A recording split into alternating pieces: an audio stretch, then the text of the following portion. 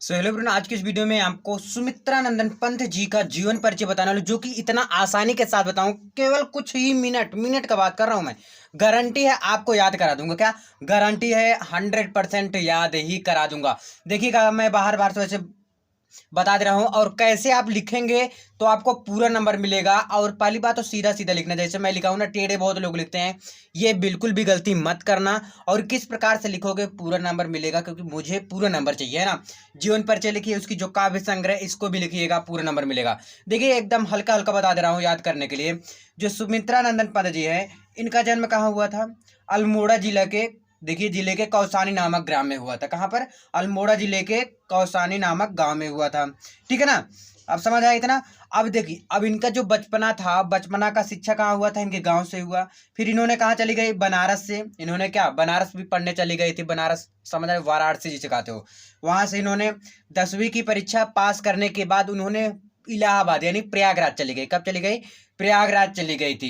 एक इंटरेस्टिंग चीज ये रहा, इनके जो देहांत उनका, सुमित्रा नंदन पंत जी का जन्म होते ही 6 घंटे बाद इनके माता जी का देहांत हो गया। और बड़ा इंटरेस्टिंग ये रहा है कि इनका 1900 में, बड़का याद करने में बहुत आसानी है कि 1900 में इनका जन्म हुआ। याद हो गया ना? हो गया कि नहीं? अब इनका जो देहांत हुआ तो 1977 में, यानी 77 साल बाद ये गुजर गई, नहीं रही। तो अब ध्यान दीजिएगा, जैसे ये सुमित्रा नंदन पंत जी है, तो इनका जन्म कब हुआ? 6 घंटे बाद ही इनके माता का देहांत हो गया, है ना। कब जन्म हुआ? 1900 ईस्वी में हुआ। अब इनका पालन पोषण कौन करेगा? इनके घर में कौन कौन आता है? अब इनके पिता हैं, इनके दादी हैं, यही तो पालन पोषण करेंगे ना। ठीक है ना। और बस अब पढ़िए, अभी देखिए अब कैसे याद हो जाएगा। अब आई थिंक आपको काफी ज्यादा याद भी हो गया होगा। श्री सुमित्रानंद पंत जी का जन्म सन 1900 कब हुआ था? 1900 ईस्वी में अल्मोड़ा जिले के कौसानी नामक ग्राम में हुआ था। इनके पिता का नाम पंडित गंगादत्त पंत था। इनके जन्म के 6 घंटे बाद ही इनके माता का देहांत हुआ। कितने घंटे बाद? 6 घंटे बाद ही। अतः इनका पालन पोषण पिता और दादी के गोद में हुआ। किसके? पिता और दादी के गोद में इनका पालन पोषण किया गया।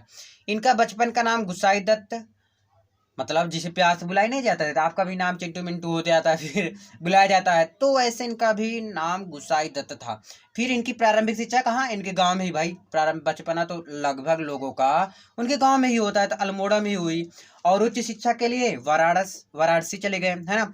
यहाँ इन्होंने 10वीं की परीक्षा पास की। और बीए करने के लिए प्रयागराज यानी इलाहाबाद, जिसका नाम अब प्रयागराज हो गया है।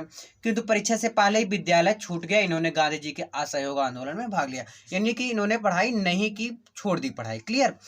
तो देखिए, इनको पद्म भूषण से भी सम्मानित किया गया था। ये आपको ब्लैक पेन से लिखना है, और बड़ा अच्छी चीज है। ठीक है ना। इनको पद्म भूषण से क्या किया गया था? सम्मानित किया गया था। क्लियर। अब देखिए, इनकी काव्य संग्रह जो मेन है, जैसे इनकी काव्य संग्रह है चितंबरा। क्या है? चितंबरा हो गया, लोकायतन हो गया, क्या लोकायतन हो गया, और पल्लव हो गया। ये सब क्या है? इनका काव्य संग्रह है। वीणा, ठीक है, वीणा हो गया, युगवाड़ी हो गया, युगवाड़ी आदि। ये इनकी क्या है? काव्य संग्रह है। काव्य संग्रह। आई होप आपको समझ जरूर आया होगा। तो इस वीडियो में इतना ही। मिलते हैं वीडियो में, पूरा नंबर मिलेगा अगर ऐसा आप लिखेंगे। बहुत बहुत धन्यवाद।